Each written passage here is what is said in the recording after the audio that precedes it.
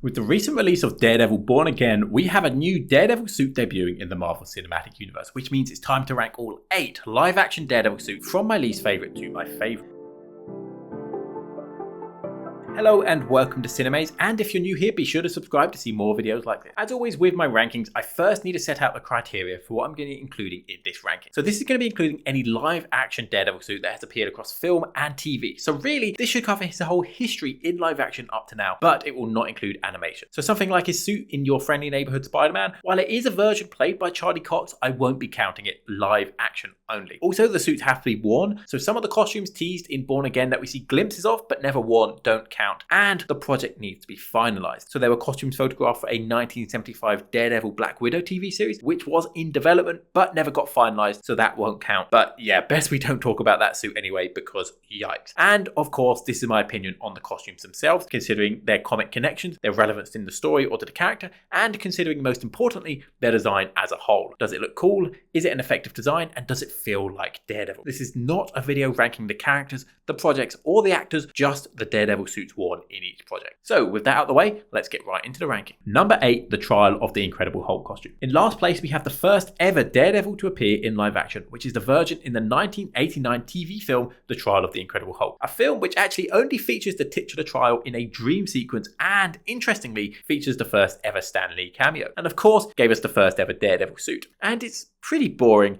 It looks like a black ninja suit. There's nothing really distinct about this. And of course, it looks outdated and low budget. Some rumors say that this was inspired by the all black look we saw Batman wear for the first time in the same year, and they were trying to jump on the popularity of Batman with a similar enough Marvel character. Now, in terms of positives, this guy has a great Daredevil jawline. It's cool that they gave him the biddy clubs. The suit doesn't look out of place next to a man painted green for the Hulk, and considering this film was trying to launch a spin-off Daredevil series, I think this suit works as a proto suit, as his first suit before he's more established, like we see later with Charlie Cox's Daredevil. And I think that's the biggest positive I can give this suit. It set this black ninja look as the precedent for a first Daredevil suit, because in the comics before this black simple ninja look was not a thing. This was the first time we saw it, but following this we see a similar look in the 1993 Man Without Fear comic series, looking at the origin of Daredevil, which then of course led to a similar look for the Netflix series. So while not a particularly cool look, it really did start a trend for this look, which is the biggest positive I can give it. Number 7, the Daredevil 2003 film suit. Next up, we have Daredevil's cinematic debut and the first ever time we saw the red costume adapted with 2003 Daredevil's movie, and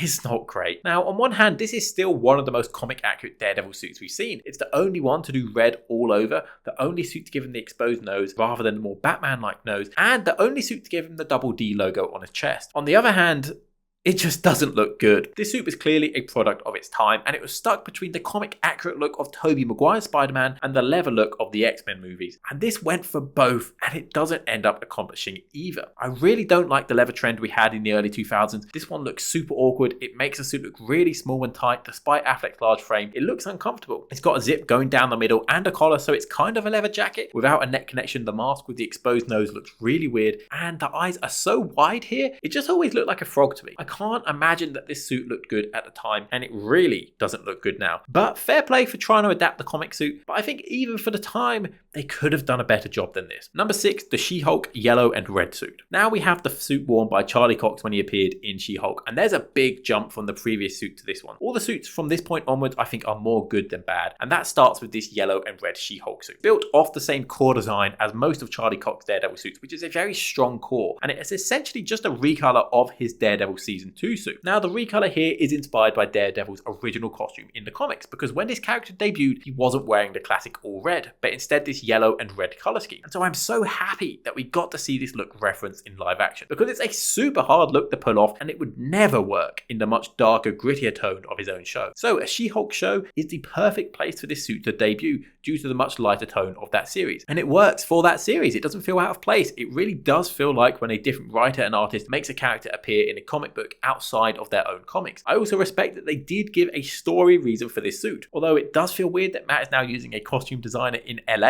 instead of his previous one in New York, and this new costume designer is just ripping off someone else's design and changing the colour rather than making his own changes. But at least they tried to give a reason for this new look. Despite these positives, however, fundamentally this is not the best colour combination. It's goofy and it's campy, which again works for She-Hulk, but as a design on its own is nowhere near as cool as his red look. And there's a reason why they changed his costume to all red after only 7 issues of his original comics, because the red just does look better. So overall, really glad we got to see this look. It works for the show it appeared in. It looked as cool as it possibly can, but fundamentally it is not the strongest colour scheme for Daredevil, which holds this look back. Number 5, the Echo suit. Kicking off the top 5 is the suit Daredevil wears for his brief appearance in Echo. And many of you might not have even realised that this is a new suit because his appearance is so short and the lighting is so dark that you just can't really tell. Firstly, a producer mentioned in an interview that this is a new suit with more red. But again, you just can't tell this within the scene, and multiple people online debated whether this was or was not a new suit or just a Daredevil Season 2 suit again. It wasn't until we saw behind the scenes images of this suit that we get a clearer look at it. And we can then tell that it is a new suit.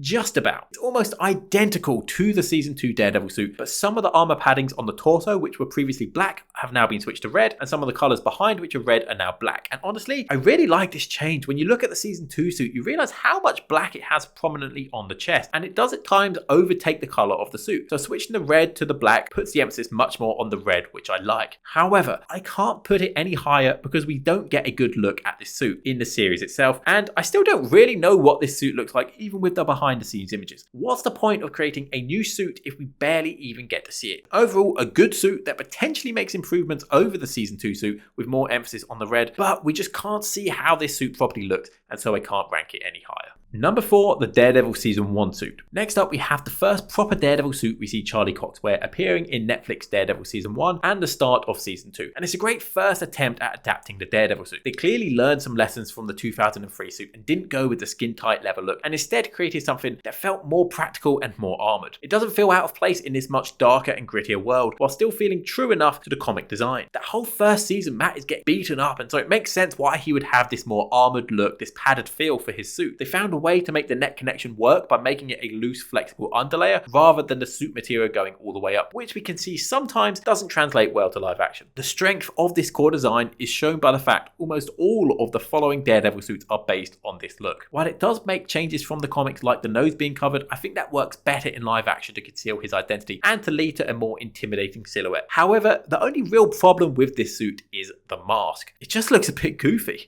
The mask has details around the eyes which makes it look like it has eyebrows. It reminds me of Adam West's bat suit, and the eyes end up looking really small and squinty. For a suit that is supposed to be intimidating, it doesn't look it because it always feels like he's putting a weird face. The show clearly knew this because they found a story reason for his mask to break and to replace it with a better one in Season 2, which I appreciate. Overall, a great, modern, realistic adaptation of the suit, with the only real issue being the mask letting it down. Number 3, the Black Vigilante suit. Coming into the top 3, we have the Netflix Vigilante suit. This is the proto suit worn by Matt Murdock in Season 1 and again in Season 3 of Daredevil. Now, technically, there are differences between the Season 1 and 3 suit, but I'm ranking them together because they give the same overall look and they represent the same thing. If you've seen some of my other rankings, you'll tend to see the homemade proto suits end up near the bottom of my ranking because they just don't look as cool or as cinematic as the proper suit. But there's something different about this Daredevil look, something that feels very raw and true to the core of the character that makes me enjoy it more. Now, we see this first in Season 1 and it's a fairly basic look with a black long sleeve shirt, combat trousers, boots and a mask. It's very reminiscent of the Trial of the Incredible Hulk suit and the Man Without Fear comic. That whole season you are begging for him to get out of that suit and see him suit up properly into something more armoured and more Daredevil. But it's really Season 3 that cements this suit so high for me. Firstly, Season 3 adds a white trim around the bottom of the mask, which is due to it being made out of a nun's habit, so it references his religious background, and it adds the ropes around his hands. Now, we do see these ropes in Season 1, but only in the first hallway scene. But we see them always throughout Season 3 with this suit. Now, these ropes are reminiscent of ropes used in Muay Thai to protect the hands and inflict extra damage. And this harkens back to Matt's martial arts training. I think the addition of these ropes, which match the white trim under the mask, really make this outfit look more intimidating and dangerous, which is exactly what this costume represents to me. This version of Daredevil has a real darkness inside of him. Sure, while he's doing this because it's the right thing to do and for justice, a theme constantly touched on across all 3 seasons of Daredevil's Netflix show is that he loves this. He loves the violence. He can't give this up. While his red suit is of course supposed to inflict fear, also supposed to be a symbol. And when that symbol is stolen stolen and corrupted, it brings Matt back to basics, back to the pain, the anger, the violence, and that's what this black vigilante suit represents for me. His pure visceral emotions, his guilt, his rage, all the things he secretly loves about being Daredevil that he hones into being a hero, what separates him from the bad guys. So while this isn't the coolest looking suit, to me it represents the purest form of why Matt does what he does, and something about this suit at times feels more like Daredevil than his actual Daredevil suit because of the pure emotion that feeds into it, and that's why it gets so high up my list. Number 2, the Daredevil Season 2 suit. In second place is the Daredevil suit we see in Season 2 of the Netflix show, as well as the Defenders and Season 3, but that time worn by Bullseye. And this takes the suit from Season 1 and makes some very minor improvements. The most notable improvement is the cowl.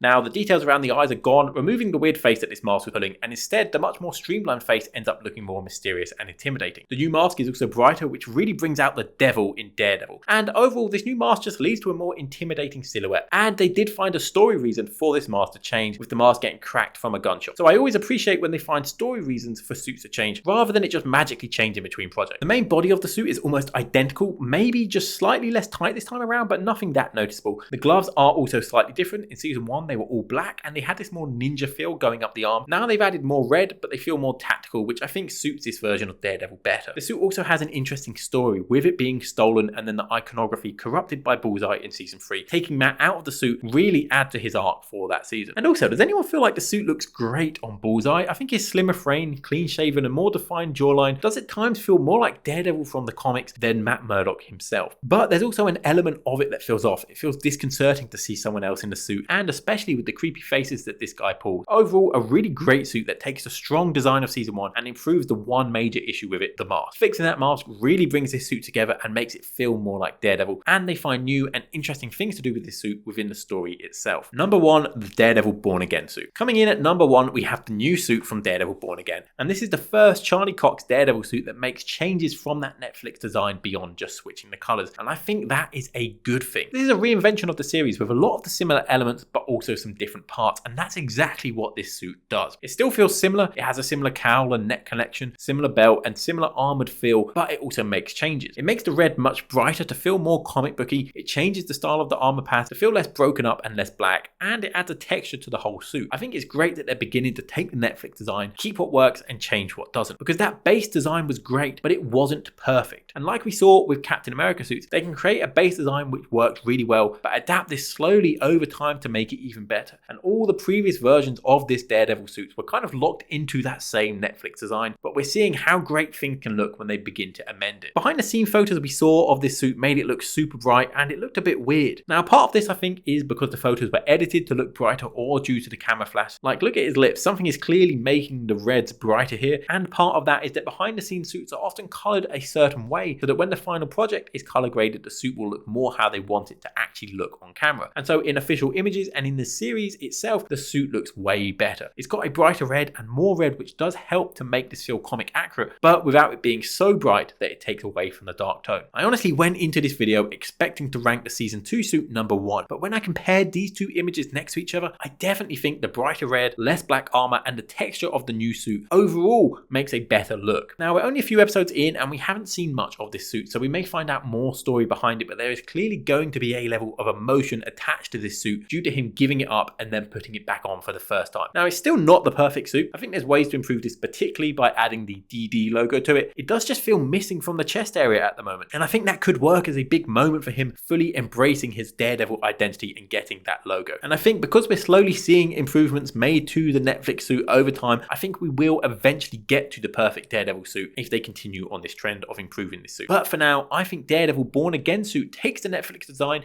keeps the elements that works, brightens the colors, improves the armor padding, reduces the amount of black, and adds a texture to the suit. And all of this together makes the suit feel more comic accurate. It fits into the MCU's tone a little better while still feeling dark and violent. And overall, the Born Again suit is the best Daredevil suit we have seen so far, and it comes in at number 1.